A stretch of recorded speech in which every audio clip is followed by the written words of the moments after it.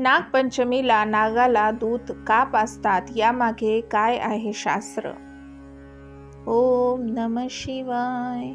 नागपंचमीला नागाला दूध का पाजतात यामागचे शास्त्र काय आहे ते आजच्या व्हिडिओत मी तुम्हाला सांगितलेले आहे, तरी व्हिडिओ पूर्ण नक्की ऐका.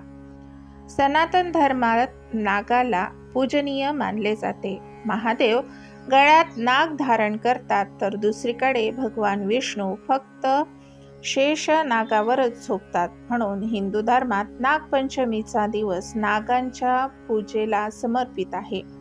नागपंचमी हा सण दरवर्षी श्रावण महिन्याच्या शुक्ल पक्षाच्या 5व्या दिवशी साजरा केला जातो. नागपंचमीच्या दिवशी नागांची पूजा करून त्यांना दूध पाजण्याची प्रथा आहे. असे मानले जाते की या दिवशी नागदेवतेची पूजा केल्याने त्यांचे आशीर्वाद